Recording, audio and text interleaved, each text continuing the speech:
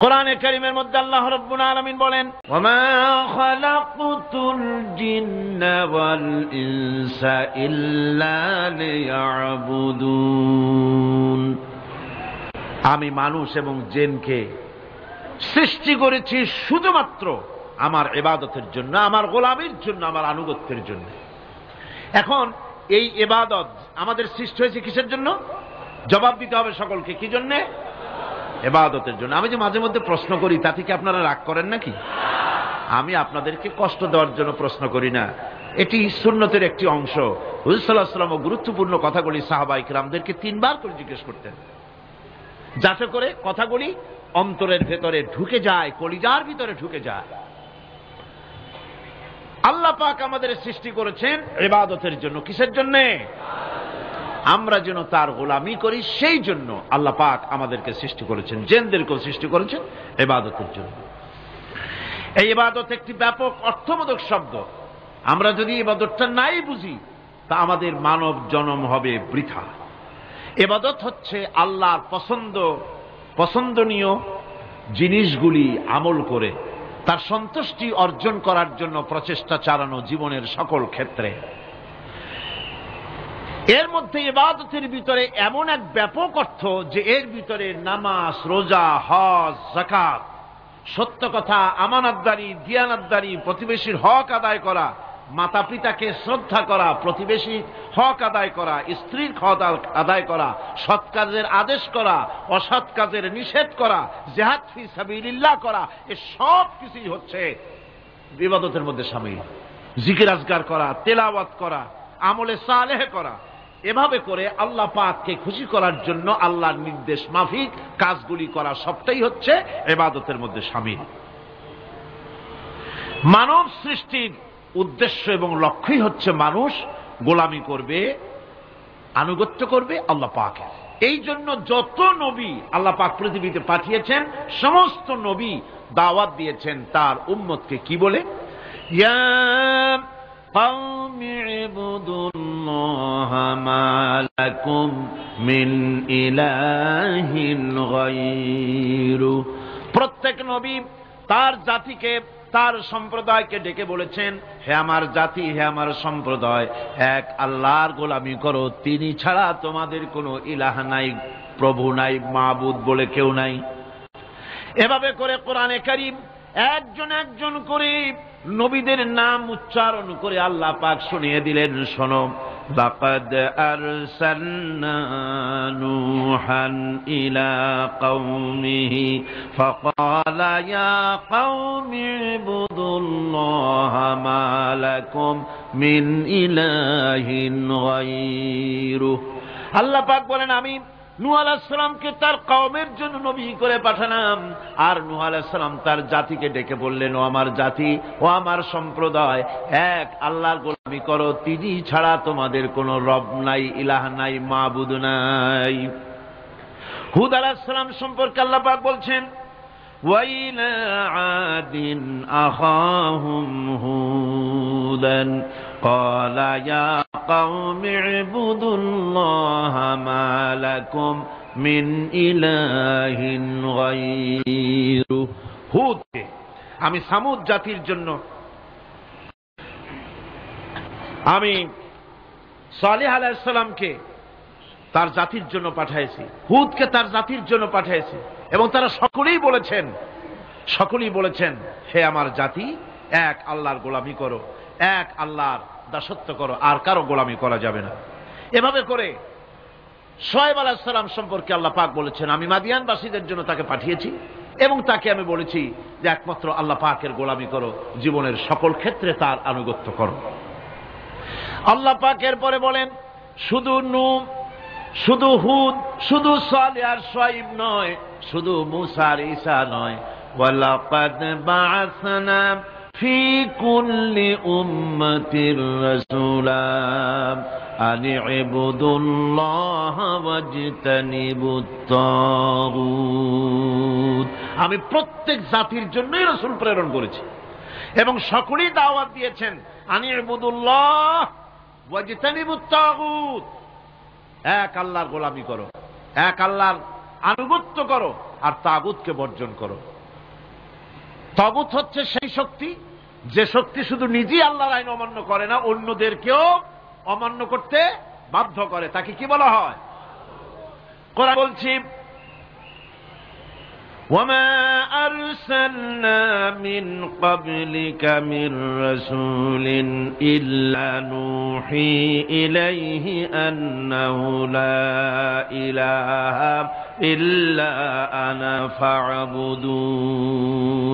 আল্লাহ পাক বলছেন, হে নবী, তোমার পূর্বে এই পৃথিবীতে আমি যাদেরকে পাঠিয়েছি তাদের সকলের প্রতি আমি এই ওহী অবতীর্ণ করেছিলাম যে তারা তার জাতিকে বলবে, লা ইলাহা ইল্লা, লা ইলাহা ইল্লা আনা, আমি ছাড়া কোনো ইলাহ নাই, অর্থাৎ আল্লাহ ছাড়া কোনো ইলাহ নাই। এই কথাটা নবীরা সকল জাতির কাছে তারা বলবে, এই বলে ওহী নাজিল করেছে, এবং তারা বলবে একমাত্র আল্লাহ পাকের গোলামি, তার আনুগত্য জীবনের সকল ক্ষেত্রে করতে হবে, তিনি ছাড়া কোনো ইলাহ নাই, এটাকে বিশ্বাস করতে হবে। মেরাজ উপলক্ষে আল্লাহ পাক রাসূল করিম সাল্লাল্লাহু আলাইহি ওয়াসাল্লামকে যে পেগাম দিয়েছিলেন, যে হাদিয়া দিয়েছিলেন, যে 14টি পেগাম ছিল, তার মধ্যে প্রথম পেগাম যেটা ছিল সে ছিল কি? وَقَضَى رَبُّكَ أَلَّا تَعْبُدُوا إِلَّا إِيَّاهُ وَبِالْوَالِدَيْنِ إِحْسَانًا। তোমার রবের পক্ষ থেকে এটা চূড়ান্ত রূপে ফয়সালা হয়ে গিয়েছে, চূড়ান্ত ফয়সালা হয়ে গিয়েছে যে দাসত্ব, গোলামি, আনুগত্য করতে হবে কেবলমাত্র আল্লাহ সুবহানাহু ওয়া তাআলা। আল্লাহ পাকের গোলামি ছাড়া কারো গোলামি করা যাবে না। এখন এই গোলামিটা কি জিনিস, আসুন আমরা ব্যাখ্যা করে আলোচনা করে বুঝতে চেষ্টা করি গোলামিটা কি। এটি হচ্ছে, এটা মানুষের একটা স্বভাবজাত প্রবৃত্তি। মানুষের সামনে মানুষ কারো না কারো আনুগত্য করতে চায়, এটা তার রুহের মধ্যে, তার রক্তের মধ্যে, তার দেহের মধ্যে এটা মিশ্রিত রয়েছে। যেমন মানুষ ক্ষুধা লাগলে ক্ষুধা নিবৃত্ত করার জন্য আহারের আশ্রয় গ্রহণ করে, ঠান্ডা লাগলে শীত বস্ত্রের আশ্রয় নেয়, ক্ষুধা লাগলে খাদ্যের আশ্রয় নেয়, গরম লাগলে বৃষ্টি হলে ঘরের মধ্যে আশ্রয় নেয়, মনের ভাষা ব্যক্ত করার জন্যে, মনের কথা ভাবের আদান প্রদান করার জন্য ভাষার আশ্রয় গ্রহণ করে। ঠিক এগুলি যেমন তার সহজাত প্রবৃত্তি, ঠিক অনুরূপ ভাবে উপাসনার প্রেরণা তার মধ্যে স্বাভাবিকভাবেই উপাসনার প্রেরণা তার মধ্যে ঢুকিয়ে দেওয়া রয়েছে। কারো না কারো সামনে তার মাথা নত করা এটি একটি স্বাভাবিক প্রেরণা।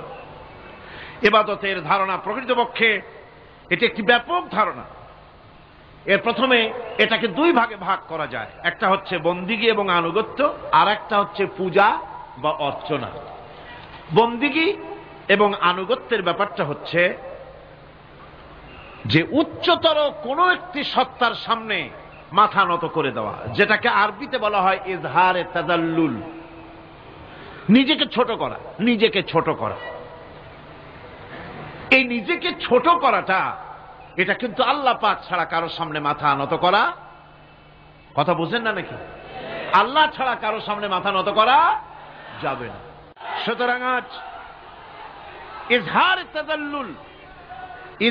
তাদাল্লুল, মানুষ নিজেকে ছোট করবে কেবলমাত্র আল্লাহর কাছে। কার কাছে?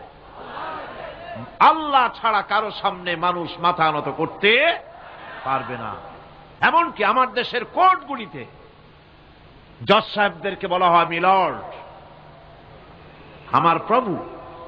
ব্রিটিশের শেখানো কথা, কোন মুসলমান উকিলের এমন কথা বলা উচিত নয়, জায়েজ নয়, হারাম।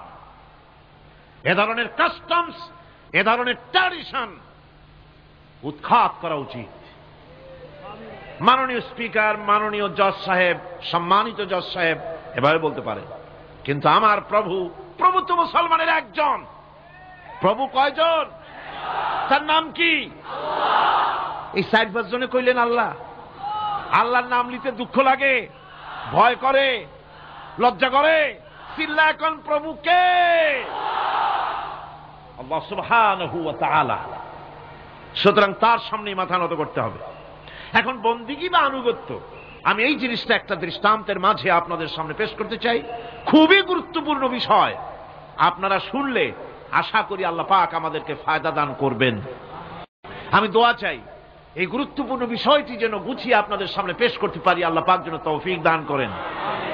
এই আনুগত্যটার একটা দৃষ্টান্ত এভাবে দেওয়া যায়, যেমন চাকর মনিবের আনুগত্য করে। চাকর কার আনুগত্য করে? মনিবের। মনিব যা বলে চাকর সেগুলিকে মান্য করে।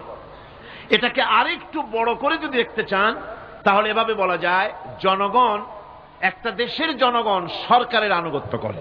সরকার যা বলে সরকারের আনুগত্য করে। মানুষ তার নিজের অজান্তেও কোর্টে, কাছারিতে, আদালতে, রাস্তায়, নৌকায়, স্টিমারে, প্লেনে, শিক্ষাঙ্গনে, সর্বত্র একটি দেশের জনগণ একটা সরকারের আইন নিজের অজান্তেই মেশিনের মতো পালন করে চলে, ঠিক কিনা?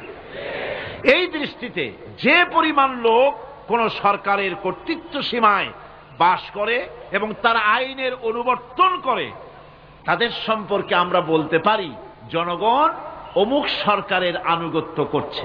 আর এটাকে যদি আরবিতে বলেন তাহলে বলা যায় এভাবে, জনগণ অমুক সরকারের ইবাদত করছে, আনুগত্য করছে, দাসত্ব করছে, গোলামি করছে। এবার এই ধারণাটিকে আরো একটু প্রশস্ত করে দিন, তাহলে আপনি দেখতে পাবেন, প্রথমে বললাম মনিবার চাকর, তারপর বললাম জনগণ আর সরকার। এবার এই দৃষ্টিকে আরো প্রশস্ত করে দিয়ে বিশ্বের দিকে তাকান, মহা শূন্যের দিকে তাকান। গাছপালা, তরু লতা, কীট পতঙ্গ সব যেন কারো আইন মেনে চলছেই তো মনে হয়, নাকি কন? এবার শুনুন আল্লাহ পাক কি বলছে। আল্লাহ রাব্বুল আলামিন বলেন, আফাগায়রা দীনিল্লাহি ইয়াবগুন ওয়ালাহু আসলামা মান ফিস সামাওয়াতি ওয়াল আরদি তাওআন ওয়া কারহা। আফাগায়রা দীনিল্লাহি ইয়াবগুন, তোমরা কি আমার দেওয়া জীবন ব্যবস্থাকে ছেড়ে দিয়ে অন্যের তৈরি করা কোন ব্যবস্থা তালাশ করো? ওয়ালাহু আসলামা মান ফিস সামাওয়াতি ওয়াল আরদ, অথচ আকাশে যা আছে, জমিনে যা আছে, সব কিছু আনুগত্যের মস্তক আমার সামনে মাথা নত করে দিয়েছে। সুবহানাল্লাহি বিহামদিহি, ঠিক কিনা? একটি ধূলি কণা থেকে শুরু করে নক্ষত্র লোক অবধি যা কিছু আমরা দেখতে পাই, যা দেখি না, সব হুকুম মানে কার? এই আইনের বৃদ্ধাচারণ করার ক্ষমতা কারো নাই। এটাকে বলা যায় গোটা বিশ্ব চরাচর আনুগত্য করছে, গোলামি করছে, ইবাদত করছে। কার করছে? আল্লাহ পাকের। এটাকে ইংরেজিতে বলা হয় ল অফ নেচার, এটাকে আরবিতে বলা হয় কানুনে ফিতরত, এটাকে বাংলায় বলা হয় প্রকৃতির আইন। এই আইনকে লঙ্ঘন করার ক্ষমতা কারো নাই। বন্ধুগণ, এই পৃথিবীর আপনি লক্ষ্য করে দেখবেন, কোরআন মাজিদে এই বন্দিগিকে কোথাও ইবাদত বলেছে, কোথাও তাসবিহ বলেছে, কোথাও তাকদীস বলেছে, কোথাও সুজুদ বলেছে, কোথাও কুনুত বলেছে। আল্লাহ রাব্বুল আলামিন এই ইবাদতকে, আল্লাহ পাকের এই আনুগত্যকে বিভিন্ন শব্দে ব্যবহার করেছেন। যেমন وَلَهُ مَنْ فِي السَّمَاوَاتِ وَالْأَرْضِ وَمَنْ عِنْدَهُ لَا يَسْتَكْبِرُونَ عَنْ عِبَادَتِهِ وَلَا يَسْتَحْسِرُونَ। আসমান এবং জমিনে যা কিছু আছে সব আল্লাহ পাকের, আর যে সব ফেরেশতারা তার নিকটে আছে তারা সবাই আল্লাহ পাকের বন্দেগী করছে। আল্লাহ পাকের বন্দেগী করার ভিতরে কেউ ত্রুটি করছে না। ইউসাব্বিহুনাল লাইলা ওয়ান নাহারা লা ইয়াফতুরুন, তারা রাত দিন তার প্রশংসা কীর্তনে মাথা নত করে দিয়ে কোন রকমের বিশ্রাম ছাড়া, শৈথিল্য ছাড়া সব আল্লাহ পাকের জিকির করছে, তাসবিহ করছে, আনুগত্য করছে। আকাশের সমস্ত ফেরেশতারা, কত ফেরেশতা তার তো কোনো ঠিক ঠিকানা নাই। কত লক্ষ লক্ষ ফেরেশতা আছে, শুধু রুকুর হালতে আছে, কেউ তো সেজদার হালতে আছে, কেউ তো কিয়ামের হালতে আছে। আর যার উপরে যে ডিউটি আছে সেই ডিউটি পালন করছে, সব আল্লাহ পাকের আনুগত্য করে চলছে। এভাবে করে আল্লাহ পাক বলছেন যে আমার আনুগত্য এবং আমার তাসবিহ, আমার গুণকীর্তন করার জন্য সবাই এর মধ্যে ব্যস্ত আছে। ইউসাব্বিহু লিল্লাহি মা ফিস সামাওয়াতি ওয়া মা ফিল আরদ আল মালিকিল কুদ্দুসিল আজিজিল হাকীম। ইউসাব্বিহু লিল্লাহি, তাসবিহ পড়ছে, সাব্বাহা ইউসাব্বিহু তাসবিহান, তাসবিহ পড়েছে, তাসবিহ পড়ছে, তাসবিহ পড়বে। কিয়ামত পর্যন্ত যা কিছু আছে আকাশে, যা কিছু আছে জমিনে, যা কিছু আছে এর মাঝখানে, সব তাসবিহ পড়ছে কার? আল্লাহ পাকের জিকির করছে, তাসবিহ করছে।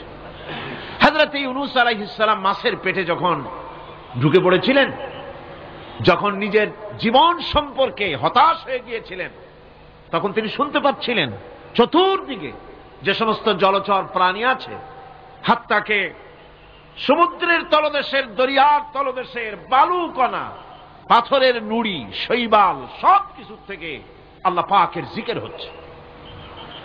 ভিতর থেকে আওয়াজ আসতেছে, আল্লাহ আল্লাহ আল্লাহ আল্লাহ আল্লাহ আল্লাহ আল্লাহ আল্লাহ আল্লাহ। জোরে বলেন আল্লাহ আল্লাহ আল্লাহ আল্লাহ আল্লাহ আল্লাহ আল্লাহ।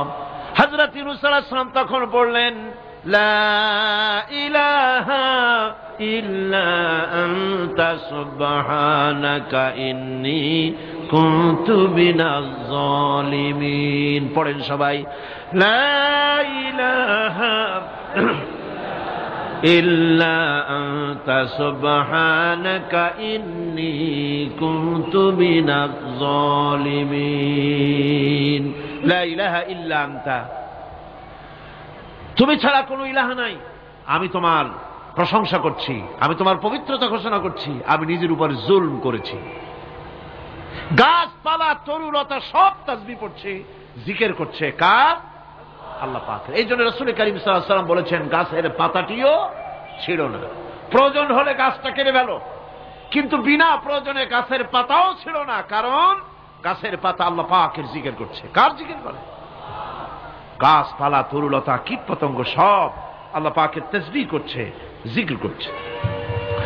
কোরআনে কারীম বলছে, ওয়ালিল্লাহি মুলকুস সামাওয়াতি ওয়াল আরদি ওয়া ইলাল্লাহিল মাসীর। আকাশ মণ্ডল এবং জমিনের বাদশাহী আল্লাহ পাকের, এবং তারই কাছে আমাদের সকলকে ফিরে যেতে হবে। মালিক হচ্ছেন তিনি, আর তার তাসবিহ আকাশ জমিন, যা দেখতে পাই, যা দেখতে পাই না, এর মধ্যস্থিত যা কিছু আছে সব কিছুই আল্লাহ পাকের তাসবিহ গুণকীর্তনে সব নিরত আছে। অন্য আয়াতে আল্লাহ পাক বলেন, ওয়ালাহু মান ফিস সামাওয়াতি ওয়াল আরদি কুল্লুন লাহু কানিতুন। আসমান এবং জমিনে যা আছে তা সবই আল্লাহর নির্দেশের সামনে মাথা নত করে দিয়েছে।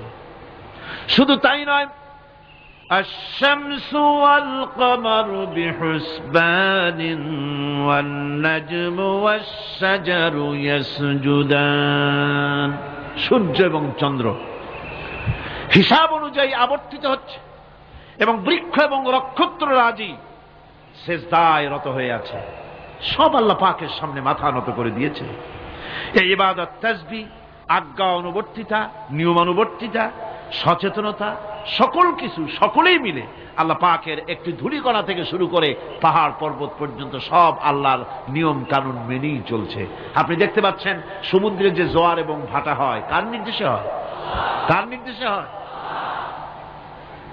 আরো লক্ষ্য করুন, সমুদ্রের পানি লবণাক্ত, এই নোনা পানি, সমুদ্রের নোনা পানিগুলি পদ্মা, মেঘনা, যমুনা, ব্রহ্মপুত্র, শীতলক্ষা, সুরমা, এসব মিষ্টি পানির ভিতরে জোয়ারের টানে লবণাক্ত পানিগুলি ঢুকে যায়।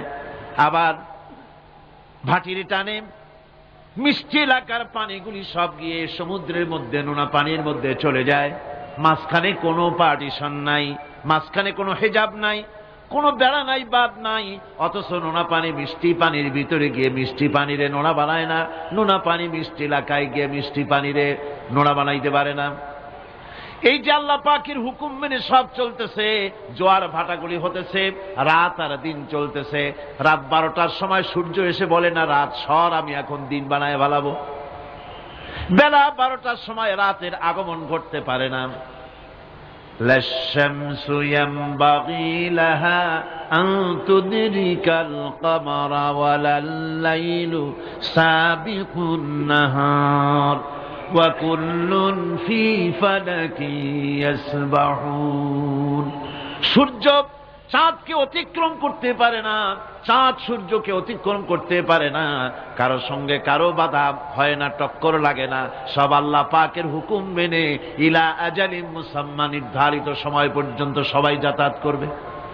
শুধু তাই নয়, আল্লাহ পাকের এক বিরাট সিস্টেম, এক বিরাট কুদরতের মাধ্যমে গোটা পৃথিবী চলছে, এর কোনো পরিবর্তন হবে না। নারকেল গাছে কোনোদিন বেল হবে না, বেল গাছে কোনোদিন তাল হবে না, কাঁঠাল গাছে কোনোদিন খেজুর হবে না, আবার খেজুর গাছে কোনোদিন লিচু হবে না। হবে নাকি? ওয়ালান তাজিদা লিসুন্নাতিল্লাহি তাবদীলা।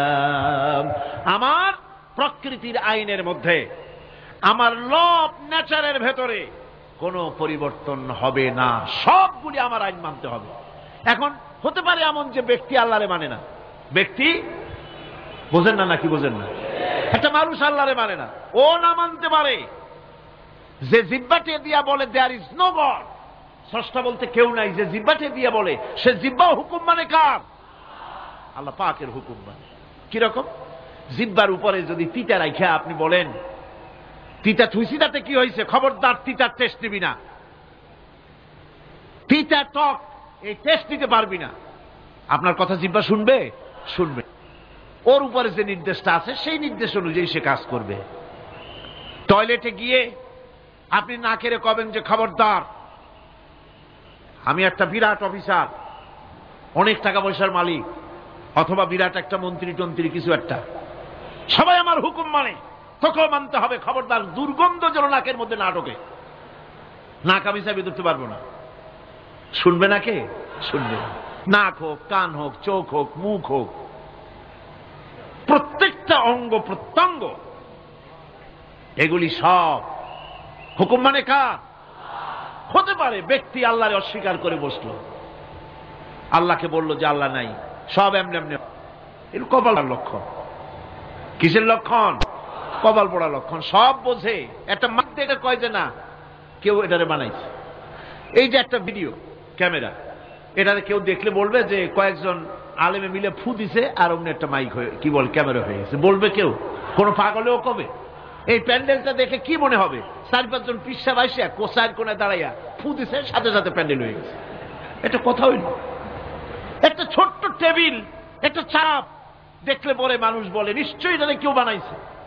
আজীব, এত বড় বিশাল আকাশ, এত সুন্দর জমিন, এত সুন্দর দেহ, এই মানুষ, গাছপালা, তরুলতা, কীট পতঙ্গ, পাহাড়, নদ নদী, এ সব কিছু দেখে কেবলমাত্র কপাল পোড়াই বলতে পারে যে কেউ নাই, এমনি এমনি হয়েছে।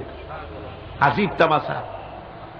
এমনি এমনি একটা চাউল তৈরি হয় না, একটা ডিম তৈরি হয় না, এমনি এমনি পৃথিবীটা হয়ে গেল।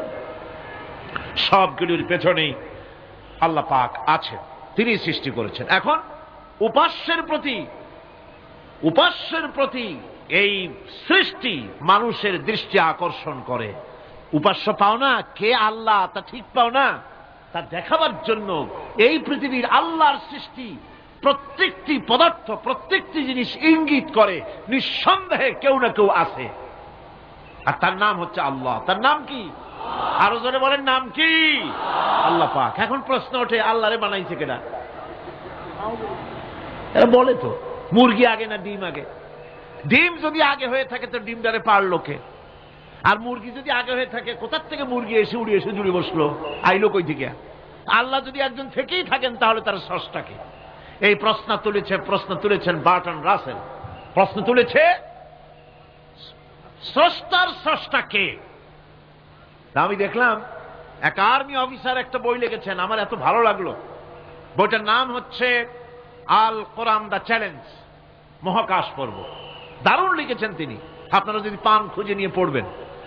সে বইয়ের শেষ ভাগে গিয়ে তিনি এটার জবাব দিয়েছেন, স্রষ্টার স্রষ্টাকে তাই তুমি তালাশ করো, কানা চায় মানে কুজো চায় চিতই শুইতে।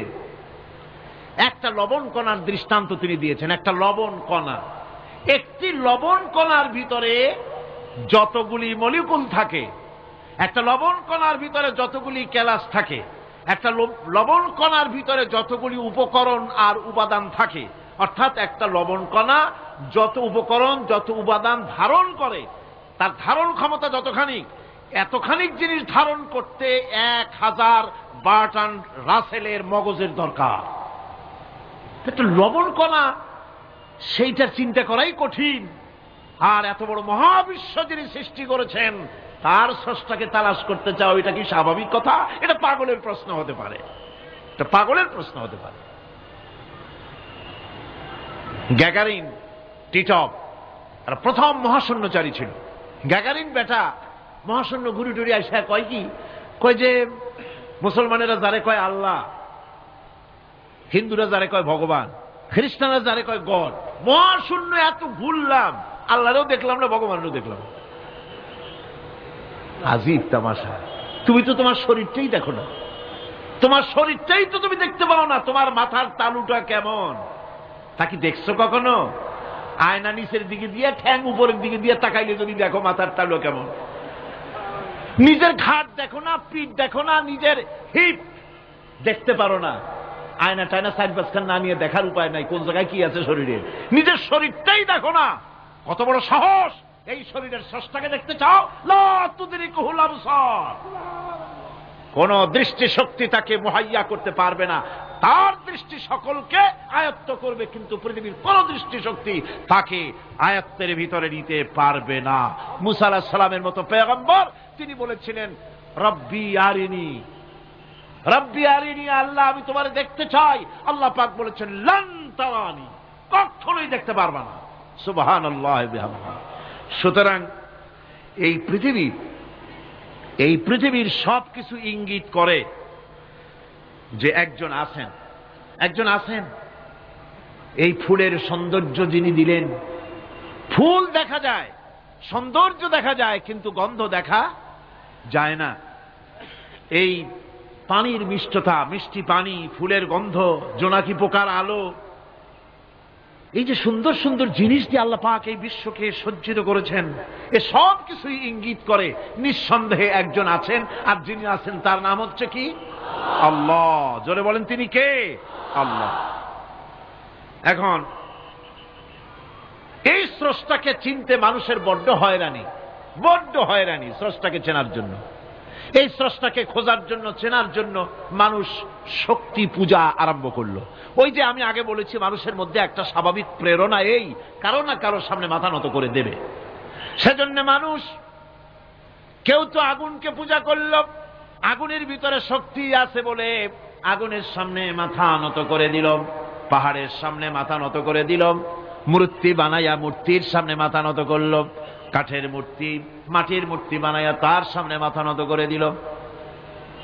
এগুলির সামনে যদি তুমি মাথা নত করলে, এগুলি কি মাছির মতো একটা ছোট্ট প্রাণীও বানাতে পারবে? এই চ্যালেঞ্জ কার? আল্লাহ পাকের। কোরআন শরীফে আল্লাহ পাক বলেছেন, নবী ওদের বলেন, ওরা কি মাছির মতো ছোট্ট একটা প্রাণী বানাতে পারবে? পারবে না। এমনকি ওদের সামনে যে খাদ্যগুলি রাখা হয়, মূর্তি টুর্তি বানায় সামনে যে খাদ্য রাখা হয়, এই খাদ্যের উপরে যদি মাছি পড়ে, খাবারগুলি উড়াই নিয়ে যায়, অথবা ওদের নাকের উপর এসে যদি মাছি এসে পড়ে, এই মাছিটাকে এতগুলো হাত সাথে একটা টোকা দিয়ে একটা মাছিকে উড়াই দিতে পারবে না। পারবে না। সুতরাং বুঝতে হবে, একথা বুঝতে হবে, স্রষ্টাকে তালাশ করতে গিয়ে মানুষেরা আগুনের পূজা করলো, পাথরের পূজা করলো, গাছের পূজা করলো, মাছের পূজা করলো, সাপের পূজা করলো, বাঘের পূজা করলো, শেষ পর্যন্ত সেক্সুয়াল অর্গান, এটার বাংলা করলাম না, এটারও পূজা করলো। এটাকে একটা শক্তির প্রতীক মনে করে এটার সামনেও মাথা নত করলো। বন্ধুগণ, মাটির পূজা করলো, জমিনকে নিজের মা মনে করে এটার পূজা করলো।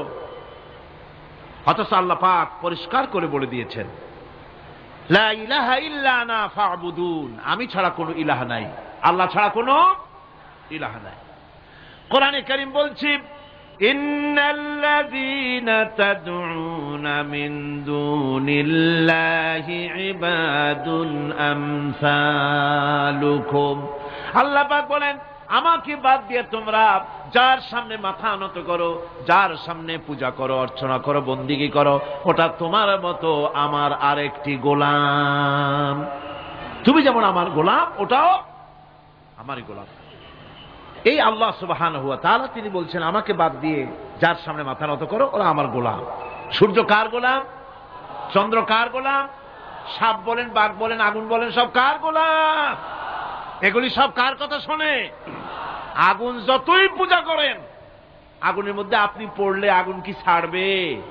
ছাড়বে না। তবে হ্যাঁ, আগুনের মালিক যদি বলে তাহলে ছাড়িয়ে দিবে, ঠিক কিনা? ইব্রাহিম আলাইহিস সালামকে আগুনের ভিতরে যখন ফেলে দেওয়া হচ্ছে, ফেরেশতা বলতেছিল, আমার কাছে সাহায্য চাও, আগুন থেকে বাঁচায় দেই। হযরত ইব্রাহিম বলেছিলেন, আমার তো পরীক্ষা হতেছে, ইমতিহান হতেছে, আমাকে ডিস্টার্ব করো না, আমি তোমার কাছে কেন সাহায্য চাইব? আমি আগুনে পুড়লে পরে আমার মাবুদ, আমার খোদা, আমার আল্লাহ তিনি যদি খুশি হন, তাহলে আমার এমন আল্লাহকে খুশি করার জন্য 1000 বার পুড়তে রাজি আছি। তোমার কাছে কেন সাহায্য চাইব? আমি তো অন্ধ, আল্লাহর ইবাদত করি না, যিনি আমার দুঃখ দুর্দশা নিজের চোখে না দেখেন। আগুনের মধ্যে পড়ে গেলেন। আল্লাহ পাক আগুনকে অর্ডার করে দিলেন, ইয়া নারু কুনি বারদাও ওয়া সালামান আলা ইব্রাহিম। আগুন, আমার ইব্রাহিমের জন্য ঠান্ডা হয়ে যা, শান্তিদায়ক ঠান্ডা হয়ে যা। তাহলে দেখা গেল আগুনের মালিক হচ্ছেন আল্লাহ পাক। আল্লাহ পাক আজও যদি কোনো পূজা করা রাখবে না আগুনের, আগুনের পূজা করা তো হারাম। আগুন হচ্ছে আল্লাহর গোলাম, আল্লাহর সৃষ্টি, এটা হচ্ছে মাখলুক, আল্লাহ হচ্ছেন খালিক। বিশ্বকবি, কবি সম্রাট আল্লামা ডক্টর ইকবাল কি সুন্দর করে বলেছেন, আজ ভি হো জো ইব্রাহিম কা ইমা পয়দা, আজ ভি হো जो इब्राहिम का ईमान पैदा आ कर सकती है एक अंदाज गुलिस्तान पैदा। ইব্রাহিমের ঈমান যদি আজও কোথাও হয় বিদ্যমান, করতে পারেন অগ্নিকুণ্ডে খুবসুরত এক গুলিস্তান। এখনো যদি ইব্রাহিমের ঈমান যদি কারো মধ্যে জাগ্রত হয়, আর তাকে যদি আগুনে ভালানো হয়, সে আল্লাহ আজও আছেন না নাই? আছে কিনা? আল্লাহু লা ইলাহা ইল্লা হুয়াল হাইয়ুল কাইয়্যুম। পড়েন সবাই, আল্লাহু লা ইলাহা ইল্লা হুয়াল হাইয়ুল কাইয়্যুম। তিনি সদা জাগ্রত, তিনি চিরঞ্জীব। সুতরাং মহান শক্তিধর আল্লাহ পাক, তার হচ্ছে সব গোলাম। তুমি গোলাম হইয়া আর এক গোলামের কাছে হাত পাতো, সে তোমারে কিচ্ছু দিতে পারবে না। আমি দৃষ্টান্ত দিতে গিয়ে বলি, একজন ভিক্ষুক, সে যদি আর একজন ভিক্ষুকের কাছে গিয়ে বলে, ভাই আমারে 10টা টাকা দাও, সে 10 টাকা পাবে কই? সারাদিন খয়রাত করিয়া পাইছে মোটে 5 টাকা, তোমার তো 10 টাকা দিতে পারবে না। ও ভিক্ষুক, তুমিও ভিক্ষুক। সুতরাং গোটা বিশ্ববাসী হচ্ছে আল্লাহ পাকের কাছে ভিক্ষুক। সবগুলি কি ভিক্ষুক? প্রধানমন্ত্রী হোক, প্রেসিডেন্ট হোক, প্রধান সেনাপতি হোক, আল্লাহ পাকের দরবারে এগুলি কিচ্ছুই না, গোলাম। এগুলি সব কি? গোলাম আর গোলাম। সুতরাং মাথা নত করা যাবে না কারো সামনে। এই প্রকৃতি, এই নেচার শেখাচ্ছে, একজন আছেন, সেটাকে বুঝতে হবে। বোঝার জন্য আল্লাহ কি দিয়েছেন? কি বোঝার জন্য আল্লাহ পাক মানুষকে ব্রেন দিয়েছেন, বিবেক দিয়েছেন। শোনার জন্য কান দিয়েছেন, দেখার জন্য চোখ দিয়েছেন। আল্লাহ পাক বলছেন, লাহুম কুলুবুন লা ইয়াফকাহুনা বিহা ওয়া লাহুম আয়ুনুন লা ইউবসিরুনা বিহা ওয়া লাহুম আযানুন লা ইয়াসমাউনা বিহা উলাইকা কাল আনআম বাল হুম আযাল উলাইকা হুমুল গাফিলুন। আমি যাদেরকে কান দিয়েছিলাম, কলব দিয়েছিলাম, বিবেক দিয়েছিলাম, বিবেক দিয়ে সব বুঝলো, কিন্তু আমারে বুঝলো না। বিবেক দিয়া সব বুঝলো, বিবেক দিয়া সমস্ত জিনিস, নিজের স্বার্থের জিনিসগুলি বুঝলো, কিন্তু আল্লাহকে বুঝলো না। কান দিয়েছিলাম শোনার জন্য, গান শুনলো, বাজে কথা শুনলো, সব শুনলো, কিন্তু হকের দাওয়াত তার কানের মধ্যে ঢুকলো না। হক বুঝলো না, হক শুনলো না, হক দেখলো না, সত্যকে চিনতে পারলো না।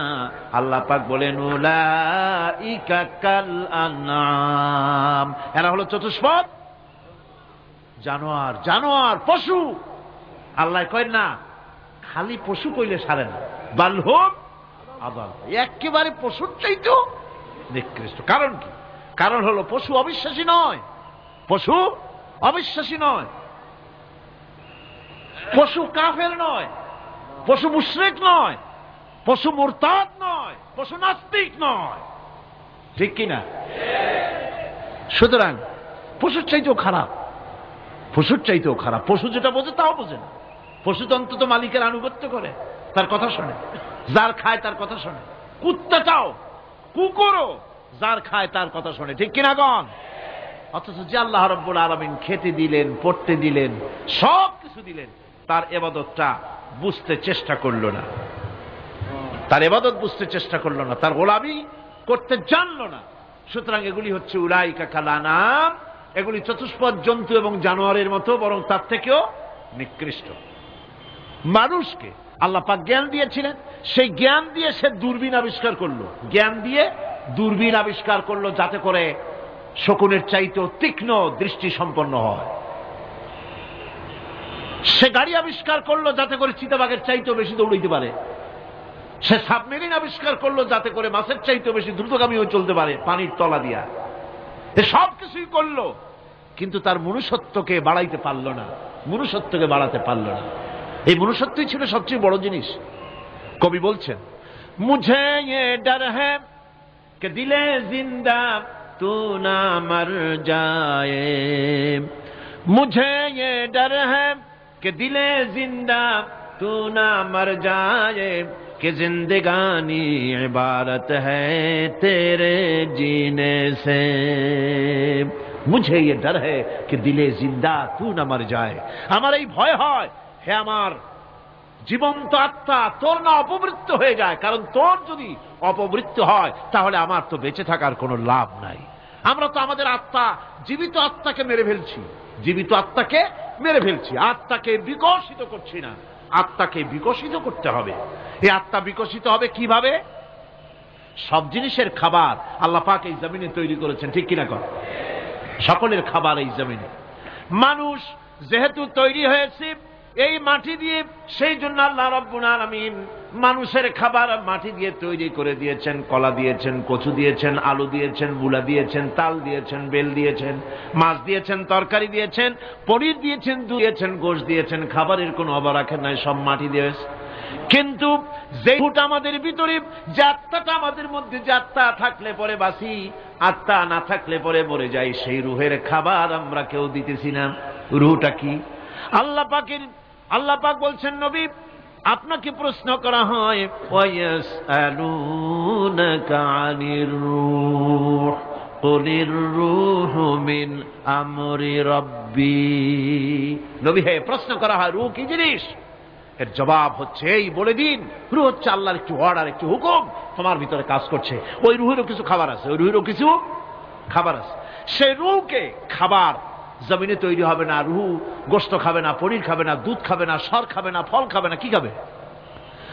রুহের খাবার যেহেতু রুহু এই পৃথিবীতে তৈরি হয় নাই, রূহ এসেছে আলমে আরওয়াহ থেকে। সেজন্য রব্বুল আলামিন রূহের খাবার পাঠিয়েছেন লৌহ মাহফুজ থেকে। আল্লাহ পাক কোরআনে কারীমকে রূহের খোরাক করে পাঠিয়েছেন। রূহকে যদি বাঁচাতে চান তাহলে তার একমাত্র খাদ্য হতেছে তেলাওয়াতে কোরআন। তেলাওয়াতে কোরআন যত তেলাওয়াত করবেন ততই মজা লাগবে। সুবহানাল্লাহ, কোন সুবহানাল্লাহ। একটু হারাম শরীফ থেকে বেড়ায় আসেন।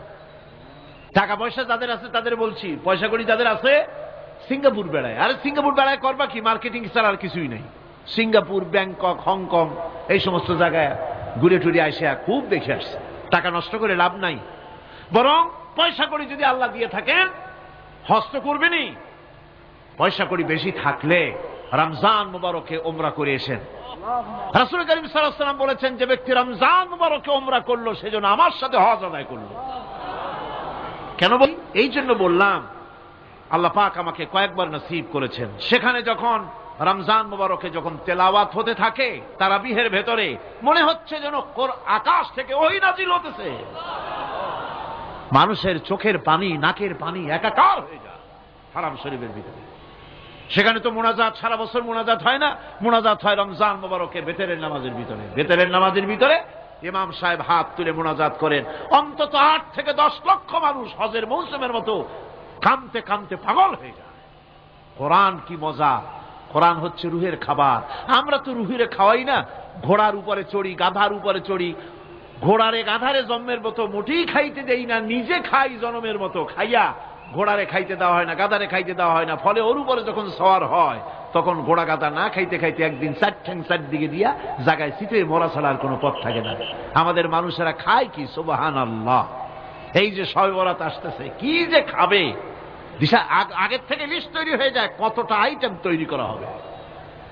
রমজান মাসে আল্লাহ একটু কম টম মান্দায় খাবে, একটা রমজান মাস আল্লাহ দিলেন। সেই রোজার মাসে যে সারাদিন খায় না, এটাকে উসুল করে ইফতারের সময় সে যে কত খাবার, চোখ সানা বড় হয়ে যাবে দেখলে। পেঁয়াজি, বেগুনি, হালিম, শরবত, তরমুজ, বেল, কলা, কচু, না কি খাইতে খাইতে মাগরিবের রক্ত শেষ। কয় ভাই নামাজটা কোন রকম পড়ে আসি, তারপরে খাবো না। আবার গেল নামাজ পড়তে, আবার এসে খাইলো, খাইয়া তারপরে আবার ভাত খাইলো। কেমনে যে খায় আল্লাহই জানে, গলায় আঙ্গুল দিলে পাওয়া যায়। এরকম খাইয়া তারপরে তারাবি পড়তে দাঁড়ায় না। জনমের মতো খাইলে পরে তো অলস হবে শরীর। তারাবি পড়তে দাঁড়াইছে, লম্বা কেরাত হচ্ছে, উনি রুকুতে আছে, ইমাম সেজদায় চলে গেছে, ওনার খবর নেই। অথবা উনি সেজদায় পড়ে আছেন, ইমাম কোথায় উঠে গেছে তার খবর নেই। সুবহানাল্লাহ। সুতরাং নিজে খাইয়া পেটটারে দুম্বার মতো সাইজ বানাইয়া কোনো লাভ নাই। পেট বড় বানাবেন না, সিনা বড় বানান। সিনা বড় বানান, সিনার ভিতরে কোরআন ধারণ করেন, মজা পাবেন। এই আল্লাহ রাব্বুল আলামিন এত বড় নিয়ামত, এই কোরআন, এর থেকে বড় নিয়ামত পৃথিবীতে আর নাই। শ্রেষ্ঠ নিয়ামত, এর থেকে বড় নিয়ামত আছে ভাই? এই শ্রেষ্ঠ নিয়ামতকে পড়তে শিখুন, বুঝতে শিখুন, হেদায়েতের সবের মধ্যে আছে। সুতরাং আল্লাহ রাব্বুল আলামিন মনুষ্যত্বকে, আত্মাকে বিকাশ করার জন্য কোরআনে কারীম দিয়েছিলেন। মানুষ এই জ্ঞান দিয়ে আবিষ্কারের পিছনে চলে গেল। হ্যাঁ, আবিষ্কার দরকার আছে, মোটেই আমি এটাকে অস্বীকার করি না, সব দরকার। কিন্তু সেই সাথে আল্লাহ পাকের সাথে যে সম্পর্কটা থাকা দরকার ছিল, সেই সম্পর্ক থেকে মানুষ নিজেকে বিচ্ছিন্ন করেছে। কোরআনে কারীমে আল্লাহ পাক বলছেন, লাকাদ খালাকনাল ইনসানা ফি আহসানি তাকওয়িম। সব থেকে সুন্দর করে বানিয়েছি কারে? মানুষ। চিল্লা এখন কারে? মানুষ হলো সবচাইতে সুন্দর, সবচাইতে সুন্দর সৃষ্টি আমার। ওগুলা, এই মানুষগুলি হচ্ছে আশরাফুল মখলুকাত। মানুষ কি মখলুকাত? সৃষ্টির সেরা। আপনারা সৃষ্টির সেরা হইলেন কি দিয়া? আপনারা কি বাঘের মতো দৌড়াতে পারেন? বল্লার মতো হুল ফুটাইতে পারেন? কুত্তার মতো কামড়াইতে পারেন? হাতির মতো শক্তি আছে? গরিলার মতো শক্তি আছে? মাছের মতো সাঁতরাইতে পারেন? সাপের মতো ক্রুদ্ধতা আছে? সিংহের মতো হিংস্রতা আছে? তো কিসের, কোন দিক থেকে আপনি আশরাফুল মখলুকাত হলেন? আশরাফুল মখলুকাত হয়েছেন জ্ঞানের কারণে। কিসের কারণে? সেই জ্ঞানটার জন্যই তো আপনি সৃষ্টির সেরা। এই সৃষ্টির সেরা মানুষ, সুন্দর মানুষ, এই মানুষগুলি সুম্মা রাদাদনাহু ফি আসফালা সাফিলিন। সুম্মা রাদাদনাহু আসফালা সাফিলিন। এই মানুষ নিচে নামতে নামতে এত নিচে নামে, শয়তান অবাক হয়ে গালে হাত দিয়া নিচের দিকে তাকাইয়া দেখে আর চিন্তা করে এর দূর নামলো কেমনে। শয়তান অবাক হয়ে যায় মানুষের অবস্থা দেখে। আজ America, British parliament, American parliament আইন পাস করে পুরুষে পুরুষে বিবাহ জায়েজ করে দিয়েছে সেখানে। নাউযুবিল্লাহি মিন যালিক। শয়তানের চাইতে অনেক কিছু, শয়তান ওই সব কাম জানেও না, বোঝেও না। শয়তান তো ভালো, কুত্তাও জানে না, ঠিক কিনা কন? কুকুরেও সমকামিতা করে না, শুয়ারেও করে না, গাধায়ও করে না। মানুষ কোথায় নামছে? এই মানুষ সৃষ্টির সেরা বানিয়েছিলাম, শয়তানের চাইতে নিকৃষ্ট হয়ে গেল। আল্লাহ পাক বলেন, ইল্লাল্লাযীনা আমানু ওয়া আমিলুস সালিহাতি ফালাহুম আজরুন গায়রু মামনুন। কিন্তু যারা ঈমান এনেছে, আমলে সালেহ করেছে, তাদের জন্য রয়েছে অফুরন্ত পুরস্কার। এই অফুরন্ত পুরস্কার আল্লাহ রাব্বুল আলামিন দান করবেন যারা নাকি মুমিন বান্দা, যারা নাকি ইবাদত করবে তাদের জন্য। এখন আমি আপনাদেরকে বলতেছিলাম যে ইবাদত গোলামি অর্থে, এর গোলামির পূর্ণ অর্থ সেটা হচ্ছে যে ব্যক্তি, পরিবার, সমাজ ও রাষ্ট্র, জীবনের সকল ক্ষেত্রে গোলামি করতে হবে কার? আল্লাহ পাকের। এই ইবাদত শব্দটাকে কোরআনে কারিমে কয়েকটা অর্থে ব্যবহার করা হয়েছে, সে অর্থগুলি আমাদের জানা দরকার। যেমন ইবাদত এবং দাসত্ব অর্থে আল্লাহ পাক বলছেন, সুম্মা আরসালনা মূসা ওয়া আখাহু হারুনা বিআয়াতিনা ওয়া সুলতানিম মুবিন। অথবা মূসা এবং তার ভাই হারুনকে আমার নিদর্শন দিয়ে তাদেরকে সুস্পষ্ট রূপে প্রমাণ সহ ফেরাউন এবং তার সভাসদের কাছে আমি পাঠিয়ে দিলাম। তারা যখন তাদের কাছে গিয়ে দ্বীনের দাওয়াত দিল, তখন তারা কি বলল? ফাকালু আনুমিনু লিবাশারাইনি মিসলিনা ওয়া কওমুহুমা লানা আবিদুন। আমি যখন তাদেরকে পাঠালাম, তারা যখন দ্বীনের দাওয়াত দিলেন, ইবাদতের দাওয়াত দিলেন, তখন তারা বলল, আমরা কি এমন আমাদেরই মতো দুজন মানুষের আনুগত্য করব? এখানে আবিদুন অর্থাৎ দাসত্ব, আমরা কি তার দাসত্ব করব? এই দাসত্ব একমাত্র আল্লাহরই হতে পারে, আর কারো হতে পারে না। সেজন্য কোরআনে কারীম অন্যত্র বলছে, ইয়া আইয়ুহাল্লাযীনা আমানু কুলু মিন তাইয়্যিবাতি মা রাযাকনাকুম ওয়াশকুরু লিল্লাহি ইন কুনতুম ইয়্যাহু তা'বুদুন। হে ঈমানদারেরা, তোমরা যদি আমার ইবাদত করো, তবে আমি তোমাদেরকে যে সব পবিত্র জিনিস দান করেছি তা খাও এবং আল্লাহর শুকর আদায় করো। তো ইবাদত আল্লাহ পাকের করলে আল্লাহ পাক তাদেরকে খেতে দিবেন, পড়তে দিবেন, সবকিছু আল্লাহ পাক করে দিবেন। তো আল্লাহ পাকের ইবাদত করতে হবে, আল্লাহ পাকের উপর ঈমান আনতে হবে, আর তাগুতকে অস্বীকার করতে হবে। অন্য আরেকটি আয়াতে কথাটা এভাবে এসেছে, ফামান ইয়াকফুর বিত্তাগুতি ওয়া ইউমিন বিল্লাহি ফাকাদ ইসতামসাকা বিল উরওয়াতিল উসকা লা ইনফিসামা লাহা ওয়াল্লাহু সামিউন আলীম। ফামান ইয়াকফুর বিত্তাগুত, যে ব্যক্তি তাগুত অস্বীকার করলো, ওয়া ইউমিন বিল্লাহ এবং আল্লাহর উপর ঈমান এনেছে, ফাকাদ ইসতামসাকা বিল উরওয়াতিল উসকা, সে এমন এক মহান অবলম্বন ধারণ করলো যে কোনো জিনিসই তাকে বিচ্ছিন্ন করে দিতে পারবে না। এমন এক মহান অবলম্বন ধারণ করেছে। সুতরাং আল্লাহর উপর ঈমান আনতে হবে, তাগুতকে অস্বীকার করতে হবে। ইবাদত জীবনের সকল ক্ষেত্রে করতে হবে কার? আল্লাহ পাক। কোরআনে কারীম বলছে, এর আগে আমি প্রথমে শুনিয়েছি, সমস্ত নবীরা, আম্বিয়া আলাইহিস সালাম, তারা তার নিজের জাতিকে গোলামির জন্য দাওয়াত দিয়েছেন। আল্লাহ পাকের বলেছেন, আমার জাতি একমাত্র নবী মুহাম্মদ রাসূলুল্লাহ সাল্লাল্লাহু আলাইহি ওয়াসাল্লাম আমার জাতি তিনি বলেন নাই, তাকে দিয়ে আল্লাহ পাক বলেছেন ইয়া আইয়ুহান নাসু উবুদু রাব্বাকুমুল্লাযী খালাকাকুম ওয়াল্লাযীনা মিন ক্বাবলিকুম লাআল্লাকুম তাত্তাকুন। ইয়া আইয়ুহান নাসু উবুদু রাব্বাকুমুল্লাযী খালাকাকুম, রাব্বাকুম উবুদু রাব্বাকুম আই আতিউ রাব্বাকুম, গোলামি করো, আনুগত্য করো, দাসত্ব করো তোমার সেই প্রভুর, সেই রবের যিনি তোমাকে সৃষ্টি করেছেন। তার আনুগত্য জীবনের সব ক্ষেত্রে করো, এক জায়গায় করলে হবে না, সব জায়গায় করলে হবে। জীবনের সমস্ত কাজটাই হলো ইবাদত হবে যদি মুসলমান আল্লাহর হুকুম মাফিক তার জীবনকে পরিচালনা করে। আপনার চোখের চাহনিটাও তো ইবাদত হবে, সুবহানাল্লাহ। এই চোখ দিয়ে গুনাহ কামাই করা যাবে, আবার এই চোখ দিয়ে সব কামাই করা যাবে। যদি কোনো সন্তান তার মা বাপের দিকে ভক্তির নজরে, মহব্বতের নজরে যদি তাকায়, নবীজি বলেছেন একটা কবুল নফল হজের সওয়াব আমলনামায় লেখা যাবে। সাহাবীরা প্রশ্ন করেছেন যদি কেউ 100 বার তাকায় তো কি হবে?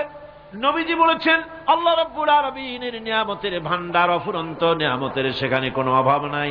যদি কোনো বান্দা যদি তার মা বাপের দিকে দৈনিক 100 বার তাকায় তো ওই বান্দার আমলনামায় 100 কবুল নফল হজের সওয়াব লেখা যাবে। তাহলে দেখা গেল চোখের চাহনি আপনার ইবাদত, আপনার ঘুম ইবাদত, আপনার চাকরি ইবাদত, আপনার ব্যবসা বাণিজ্য ইবাদত। তার মানে হলো আল্লাহর গোলামি, আল্লাহর হুকুম অনুযায়ী কাজ করার নামই হচ্ছে ইবাদত। ইয়াকা না'বুদু ওয়া ইয়াকা নাস্তাঈন, পড়েন সবাই, ইয়াকা না'বুদু ওয়া ইয়াকা নাস্তাঈন। আল্লাহ তাআলা একমাত্র তোমার গোলামি করি, তোমারই আনুগত্য করি, তুমি ছাড়া কারো গোলামি করি না, তুমি ছাড়া কারো গোলামি করি না। এখন দোকানদার নামাজের মধ্যে পড়লো ইয়াকা না'বুদু। ইয়াকা না'বুদু, না'বুদু শব্দটা হচ্ছে মুজারের সিগায় যায়, এর মধ্যে দুইটা কাল পাওয়া যায়, বর্তমান আর ভবিষ্যৎ, দুটি কাল পাওয়া যায়।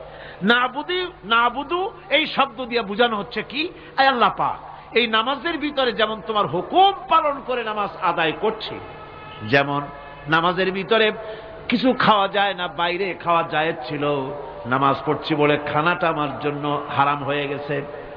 কথা বলা জায়েজ ছিল, নামাজের ভিতরে কথা বলা হারাম করে দিলাম। এদিক ওদিক তাকানো জায়েজ ছিল, নামাজের ভিতরে এদিক ওদিক তাকানো বন্ধ করে দিলাম।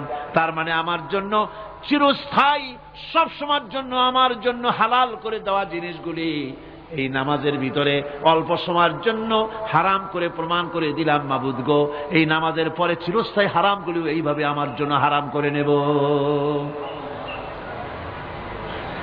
ইয়াকা না'বুদু, নামাজটা পড়ছি যেভাবে করে, নামাজের বাইরের জীবন চালাবো সেইভাবে করে। সেজদা দিলেই তো সওয়াব হয়, সেজদা দিলে কি হয়? সওয়াব হয়। যদি কেউ 5-6টা সেজদা দিয়ে দেয় এক রাকাতের মধ্যে তো কি হবে? যদি কেউ নামাজ পড়লে তো সওয়াব হয়। ফজরের নামাজ যদি 4 রাকাত পড়ে তো কি হবে? মাগরিবের নামাজ যদি 2 রাকাত পড়ে অথবা 4 রাকাত পড়ে তো কি হবে? ইচ্ছে করে যদি এভাবে করে, ভুল করবে নয়, ইচ্ছে করে যদি করে তাহলে আল্লাহর আইনের সঙ্গে বিরোধিতা করছে বলে সে বিদ্রোহী হিসাবে প্রমাণিত হবে। সুতরাং কথা হচ্ছে নামাজের ভিতরে আয় আল্লাহ পাক ইয়াকা না'বুদু, এই নামাজের ভিতরে তোমার হুকুম মেনে যেভাবে নামাজ আদায় করি, নামাজের বাইরের জীবনটাও তোমার হুকুম মেনে পালন করব। এটাই হচ্ছে ইবাদতের মূল থিম, মূল আইডিয়া, মূল ফিলসফি। নামাজ ইবাদত করতে হবে জীবনের সব ক্ষেত্রে। নামাজের ভিতরে বললাম ইয়াকা না'বুদু, দোকানদার, এ লোকটা কি? দোকানদার, ঘি বিক্রি করবে, ঘি আনছে দোকানে, তারপরে নামাজ পড়তে দাঁড়িয়েছে। দোকানের পেছনে ছোট্ট ঘর আছে, নামাজ পড়তে দাঁড়িয়েছে, শুরু করে দিল আল্লাহু আকবার, আলহামদুলিল্লাহি রাব্বিল আলামিন আর রহমানির রহিম মালিকি ইয়াউমিদ্দিন ইয়াকা না'বুদু ওয়া ইয়াকা। তাড়াতাড়ি পড়তে হবে যেহেতু খরিদ্দার আসতেছে। খরিদ্দার 2-4 জন ভিড় জমায়েছে, নামাজ ছেড়ে দিয়েছে। কর্মচারীকে ডাকছে, বেটা শোন, ভিতরে আসলো। আমি তো কেবল খাঁটি ঘি নিয়ে আসছি, ওর মধ্যে তো ভেজাল দি নেই। তাড়াতাড়ি করে ওর মধ্যে যা দিয়ে ভেজাল দিতে হয় ভেজাল টাজাল দিয়ে ঠিক মতো দিয়া তারপরে বিক্রি করবি। 100 টাকা কিনছিস, 250 টাকা করে বিক্রি করবি। আল্লাহ আকবার, রহমানুর রহিম, মালিক ইয়াউমিদ্দিন, ইয়াকা না'বুদু ওয়া ইয়াকা নাস্তাঈন। এটা নামাজ হইল কর? এই নামাজের আল্লাহর কোনো দরকার আছে? কোনো দরকার নাই। ইবাদত তো হবে নামাজ যার হুকুমে, ব্যবসা তার হুকুমে। নামাজে সেজদা দিব যার হুকুমে, রোজা রাখবো তার হুকুমে, নামাজ পড়বো যার হুকুমে, অর্থনীতি চালাবো তার হুকুমে, নামাজ পড়বো যার হুকুমে, আমার দেশের কলকারখানা চলবে, নামাজ পড়বে যার হুকুমে, পার্লামেন্ট চলবে তার হুকুমে, নামাজ পড়বো যার হুকুমে, রাজনীতি চলবে তার হুকুমে। এর উল্টা পাল্টা যদি হয় মুসলমান মানতে পারে না, কখনই। সুতরাং মুসলমানকে আনুগত্যের মস্তককে অবনত করে দিতে হবে আল্লাহ পাকের সামনে। আল্লাহর সঙ্গে আর বান্দার সঙ্গে হক আছে। বান্দার উপরে আল্লাহর হক এবং আল্লাহর উপরে বান্দার হক কি, এ ব্যাপারে একটি হাদিস আপনাদেরকে শোনানো যায়। হাদিসটি হচ্ছে ওয়ান মুআজ বিন জাবাল রাদিয়াল্লাহু তাআলা আনহু قال كنت رديف النبي صلى الله عليه وسلم على حمار فقال لي يا معاذ أتدري ما حق الله على العباد وما حق العباد على الله। হযরত মুআজ বিন জাবাল রাদিয়াল্লাহু তাআলা আনহু বলেন যে আমি রাসূল করিম সাল্লাল্লাহু আলাইহি ওয়াসাল্লামের পেছনে তার গাধায় সওয়ার ছিলাম। তিনি আমাকে জিজ্ঞেস করলেন, মুআজ তুমি কি জানো বান্দার উপরে আল্লাহর হক কি এবং আল্লাহর উপরে বান্দার হক কি? তিনি বললেন, আল্লাহু ওয়া রাসূলুহু আ'লামু, আল্লাহ এবং তার রাসূল খুব ভালো করে জানেন। রাসূল করিম সাল্লাল্লাহু আলাইহি ওয়াসাল্লাম জবাব দিলেন, ক্বালা হাক্কুল্লাহি আলাল ইবাদ আন ইয়া'বুদুহু ওয়া লা ইউশরিকু বিহি শাইয়্যা ওয়া হাক্কুল ইবাদি আলাল্লাহ আন লা ইউ'আযযিবু মান লা ইউশরিক বিহি শাইয়্যা।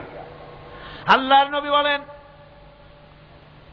বান্দার উপরে আল্লাহর উপরে বান্দার হক হতেছে, আল্লাহর উপরে বান্দার হক হতেছে বান্দা আল্লাহ পাকের ইবাদত করবে, আল্লাহর গোলামি করবে, আল্লাহর আনুগত্য করবে, দাসত্ব করবে। সেই আনুগত্য ইবাদত আর গোলামির ভিতরে কাউকে শরীক স্থাপন করবে না। বান্দার উপরে আল্লাহর হক হতেছে যেই বান্দা আল্লাহ পাকের ইবাদত করবে, গোলামি করবে, আর কোন শিরক করবে না, কিয়ামতের দিন ওই বান্দা সম্পর্কে আল্লাহর হক হবে বান্দাকে জাহান্নামের আগুন আল্লাহ পাক হারাম করে দিয়ে তার জান্নাত দিয়ে দিবেন। এটাই হলো বান্দার উপর আল্লাহ পাকের হক। সুতরাং ইবাদত হবে সলিড কার জন্য? আল্লাহ পাকের জন্য। জোরে বলেন কার জন্য?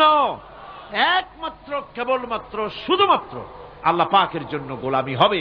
সেই গোলামির কথাটাই আমরা কোরআনে কারীমের মধ্যে সূরা ফাতিহায় প্রত্যেক দিন প্রতি রাকাতে আমরা পড়ি, ইয়্যাকা না'বুদু ওয়া ইয়্যাকা নাস্তাঈন। আয় আল্লাহ তাআলা, কেবলমাত্র তোমার ইবাদত করি, কেবলমাত্র তোমারই দাসত্ব করি, আর কারো আনুগত্য দাসত্ব করি না। এই গোলামি, এই দাসত্ব আল্লাহ পাক আমাদেরকে করার তৌফিক দান করুন। আমরা বলি আমিন।